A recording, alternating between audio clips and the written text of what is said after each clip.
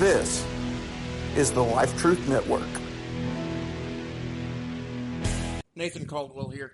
Before we get started, I just want to let you know what's going on. This is a crossover. It is episode 31 of Protectorate Productions Comedy Showcase, but it's episode 200 of Protectors of the Book. What are we doing special that makes it a crossover? These sketches are object lessons. Every one. Protectorate Productions Comedy Showcase. You will hear things from Classic Team Jadeth Live, some new items, and I'm hoping to get some other podcasters on board by simply asking them if I could use some clips from their shows. Maybe even from shows long ago. Well, jump into the adventure with me, because here we go. On October the 2nd, 2016, I was ordained to preach the gospel. The first minister to lay on hands was my father. He gave me two principles: preach the truth and love your people. With those principles in mind, I'm Nathan Caldwell, and this is Protectors of the Book. James Kennison over at nlcast.com.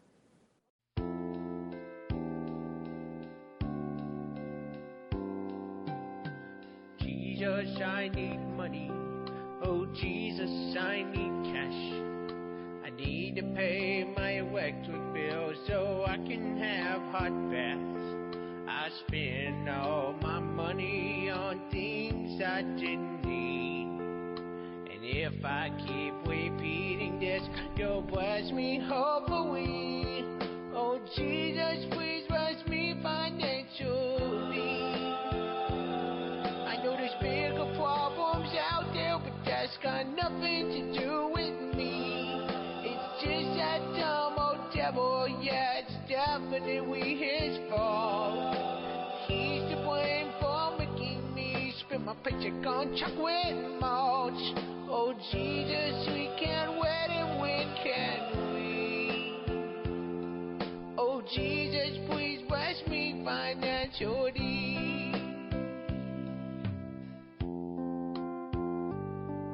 Oh, Jesus, I need money. I believe that you will give. At least I really hope you will, 'cause my money's already spent. And I'll just keep my faith up and claim prosperity. 'Cause I believe you'll show your love in 5, 10s, and 20s. Oh, Jesus, please bless me financially.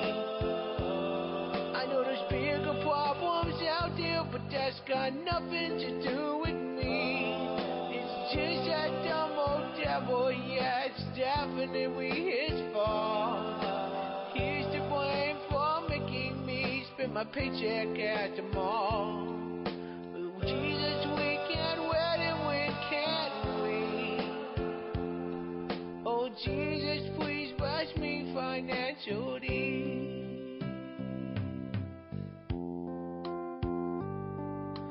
Jesus, I need money.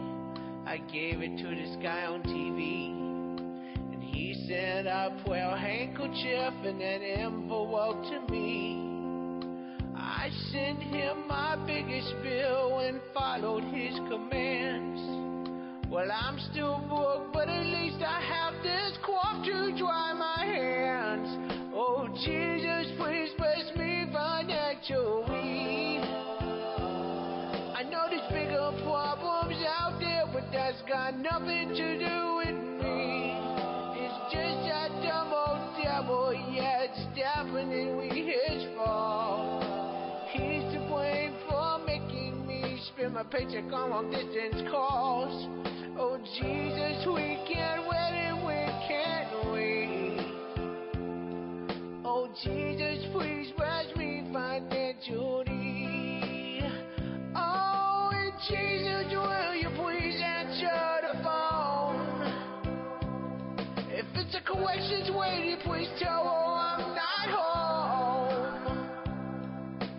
I'm just trying to keep my head afloat, because I spend my paychecks at the boat. Oh, Jesus, please bless me financially. I know there's bigger problems out there, but that's got nothing to do with me. It's just that dumb old devil, yeah, it's definitely his fault. And he's to blame for making me spend my paychecks on chocolate malts. Oh, Jesus, we can't win it, when can we? Oh, Jesus, please bless me financially. Oh, Jesus, please bless me financially. Oh, Jesus, please bless me financially.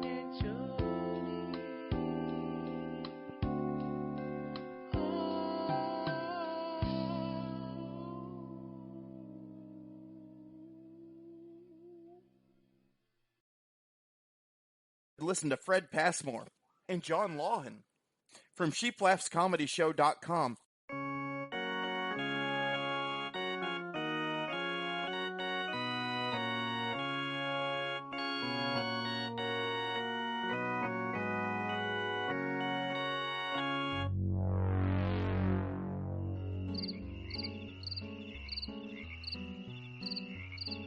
The night was so thick you could stir it with a stick in our friendly, peaceful town, when an evil whisper blew in like a wind that made the man in the moon to frown. It slithered in someone's back door and through the telephone lines, but when it reached the church house steps, a chill went down my spine. Look out for the monster tongue. It preys on the old and the young. It's set on the fire of hell. When it strikes, no one can tell.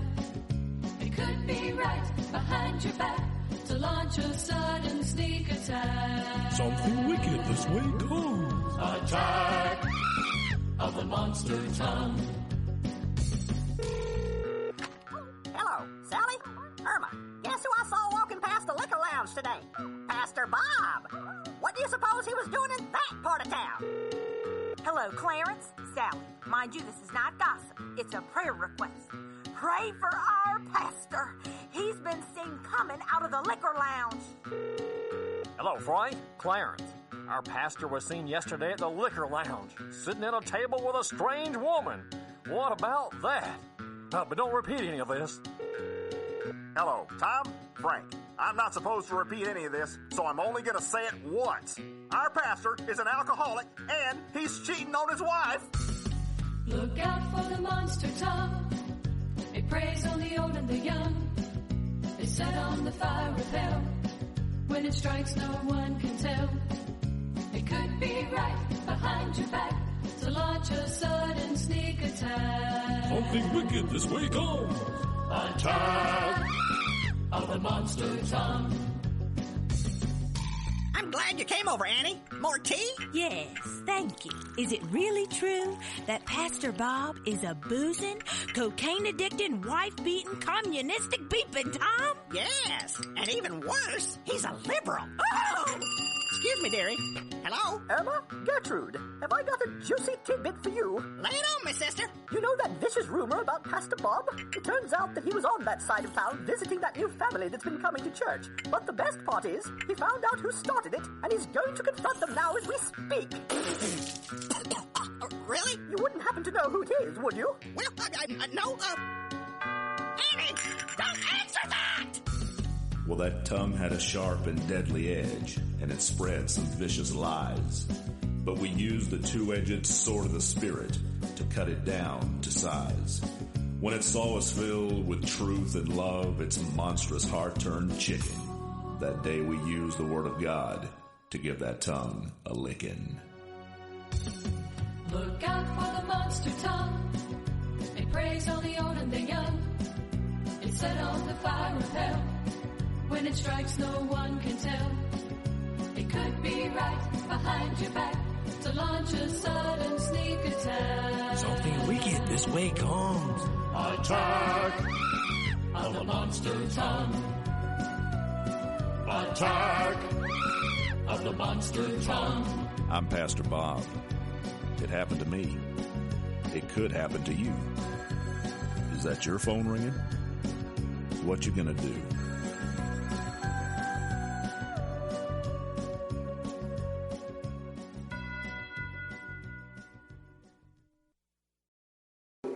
You might want to share this with someone else. The Bible says in Proverbs 18:22, it says, "Whoso findeth a wife findeth a good thing, and obtaineth favor, of the Lord." You know, I'm thankful that Nathan and I could do this, and we might. I know that we don't have many here for kids that's probably going to be dating. I think you got a few years to go yet. Yeah. I was going to talk about Sean, and I was going to tell Sean, I said, Sean, I believe 17 years old, is that right? So he's got 3 more years before he can begin dating. But, no, I want to ask the question, though, what is the purpose of dating? Whenever I was getting ready to date, I didn't think much about it, but that's what I was thinking. I was wondering, but what is the purpose of dating? Is it to have a good time? Is that the only thing, is to have a good time? That shouldn't be the only reason for it. I know Donna, whenever I took her out, the first time I took my wife Donna out, it was her birthday. It was in the last part of November, and we went to a place in Russellville called AQ Chicken.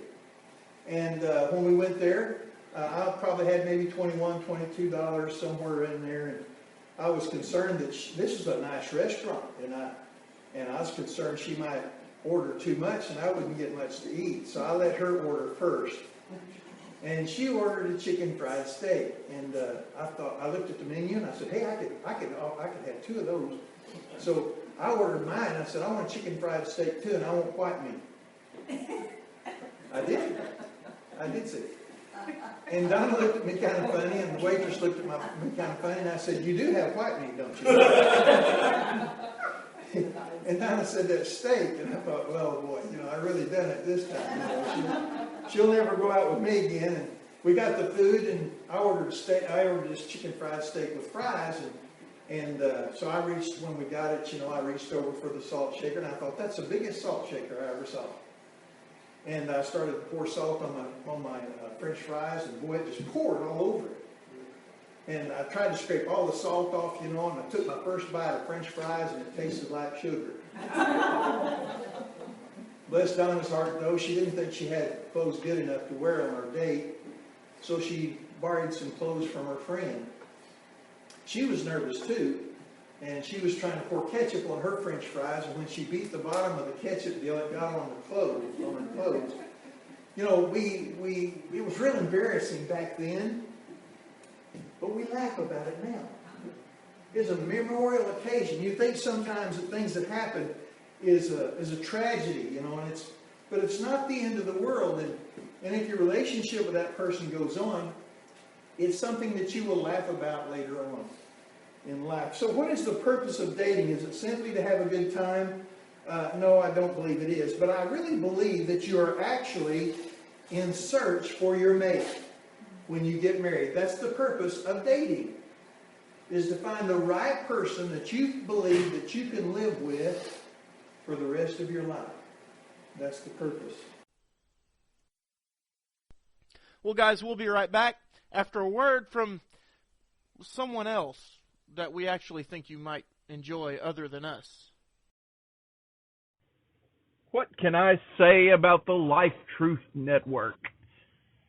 Well, it's got almost everything.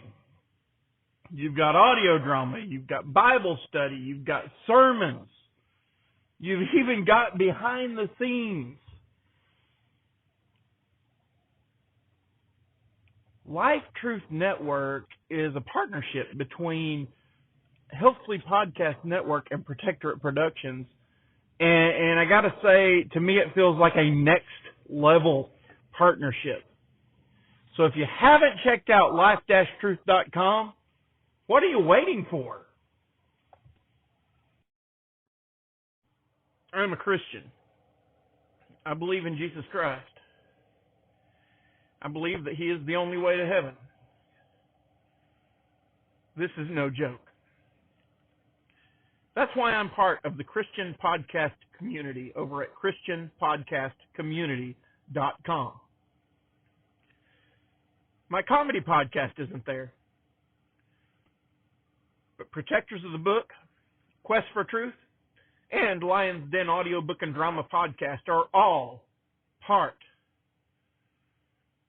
through the Life Truth Network of the Christian podcast community.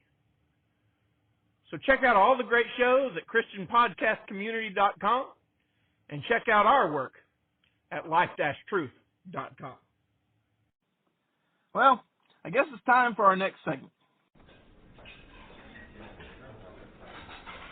I heard he got the job and they fired Rachel. No! Yep, and what's more, well, speak of the devil. I really wish you guys wouldn't talk about me behind my back. Gossip. It's the devil's game. Did you hear Paul quit and cursed out the boss? The devil, you say? Yes. Do tell. Gossip. It's the devil's game. Hey, you just took my lunch. So? Well, that's wrong. You can't do that. That's stealing.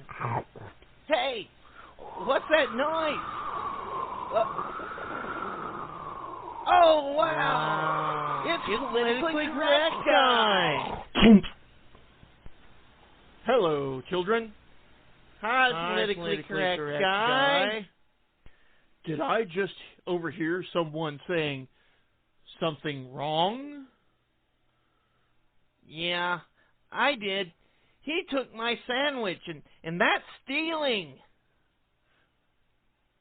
Jimmy, you can't say that. Why, that's politically incorrect. He procured it for his own because he was hungry, and it seemed fine to him at the time. That's what you should have said. Really? Oh, yes. Oh, yes. Remember, never stand up for what you believe in. Why? That could cause an argument, or hurt someone's feelings, or worse, cause a riot. Oh, I didn't know. I'm so sorry. Thankfully, no one was hurt this time. But remember, kids, never stand up for what you believe in. Always walk on eggshells. Until next time, up, up, and away from all responsibility.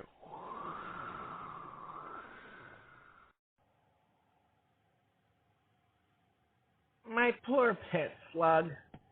He just looks so sickly. I know what you can do with that, mate. You do? Yeah, mate. All you gotta do is just put a little salt on him, he'll be right as rain. Really? Yeah, just a little salt. That's all you need. All right, I'll try it. Oh no! My slug is dying! I've done it again! I fooled you with my accent, and then I told you a bad, not true thing, and you are doomed to misery. You are a very cruel man.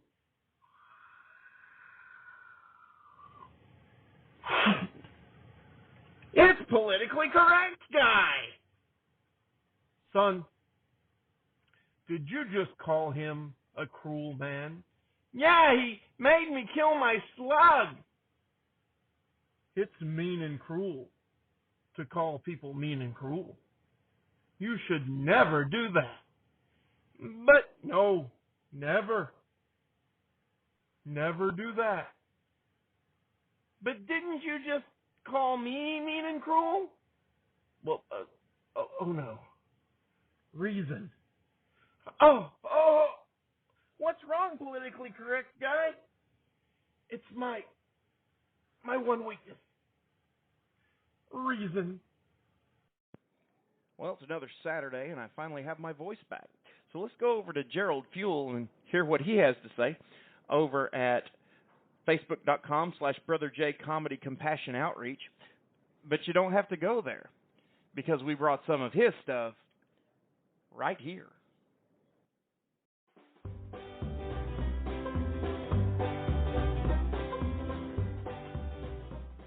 Hey everybody, Buck Otis here, and I just want to talk to y'all for a second about Southern expressions and how to use them.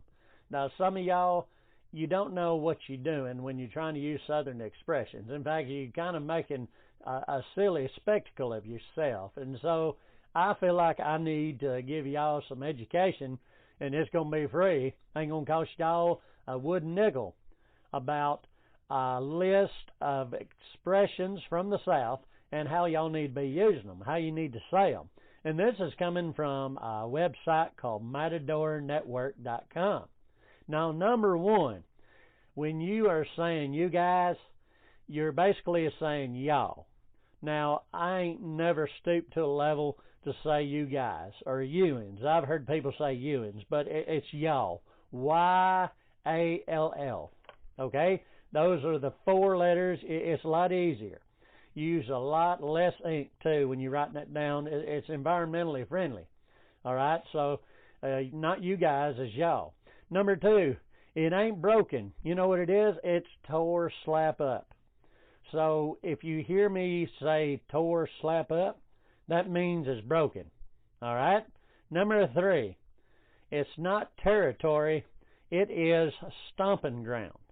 Now, if you want me to tell you about where I was raised at and where I'm from, I'm going to tell you where my stomping ground is. That is my territory. So that's easy enough. The next one, number 4, you don't say I'm sorry. You say bless your heart. That's the way we do it here in the South, is we say bless your heart. We ain't going to say I'm sorry. We're going to say bless your heart. That's a lot more heartfelt anyway, and it means more. It's more romantic in my book. Number 5, treated unfairly. And that just simply is, you got the short end of the stick. So if someone's got the short end of the stick, they was treated wrong. They was treated unfairly. You don't give someone the short end of the stick. It ain't right. Number 6, aren't anxious. Now quit using fancy words like that when you could simply say like a cat on a hot tin roof. So if you're like a cat on a hot tin roof, that means you are flat out, you concerned. I mean, you just can't stand still. When you got some of that anxious going on in you, I mean, you're like a cat on a hot tin roof. So you be sure you understand what people mean by that. The next one is number 7, take themselves too seriously, and we in the South like to say, too big for their britches. So if I look at you and I say, well, son, you look like you're getting a little too big for your britches, I ain't talking about the fact you need to leave them buffets alone. It's because you are taking yourself way too serious. I don't do that. You give yourself away. People are going to look at you and talk about you, and they ain't going to be on the good side. So don't be taking yourself too seriously. You don't get too big for your britches, all right? Number 8, about to do. No. It is fixing to. Now, you can't tell me you ain't heard someone say fixing to and not understand what they're saying. Especially if you've been in the military, you hear people say that. I used to get weird looks when I'd say I was going fixing to do something, and people look at me and I say, look, let me tell y'all how this is done. And so when you're about to do something, you're actually fixing to do something. Number 9, don't suppose, you reckon. R-E-C-K-O-N. Now, that's a good word for you to know about. When you go reckon, you don't suppose. That's right, you reckon. And last but not least, and boy, people get this all messed up, and it upsets me to no end. Number 10, dinner. No, it's not dinner, it's supper. When you say, I'm going to eat dinner, it means you trying to be a little bit too much of yourself. All right? It is supper. There is a disrespect that don't need to be applied. Call it supper, not dinner. You ain't no smarter just 'cause you say dinner. It is supper. And we're just going to end on that, or I'm going to take the whole show up with that one. But it says here in Psalms chapter 119 and verse 130, the teaching of your word gives light, so even the simple can understand. Hey, that is a good verse for me if even the simple can understand. But the teaching of your word, what the Lord is talking about is not that awesome fancy language we use in the South. That's talking about His holy word. The Bible will just teach you good stuff. I mean, it'll give you light. In the darkest of days and the darkest of hours, let me tell you what, you need to understand that Bible. The Bible, that good book, let me tell you, it is going to help you, and it says right at the end of it, the simple can understand. So when you're not understanding much in life, you need to understand this. When you can go to the good book, God's holy word, that is the Bible, let me tell you, it's going to give you exactly what you need, because it's going to light your path up, it's going to guide you right, and let me tell you what, you're going to be thanking the good Lord above that, hey, He gave you some good sense enough to make it to another day. Not because you ain't doing anything, but it's because you're trusting in the Lord. And that's where being smart really begins. Well, that's it for this time. I hope you enjoyed it. I enjoyed making it. See you soon. Have a good day, and remember, laughter, it's a really good medicine.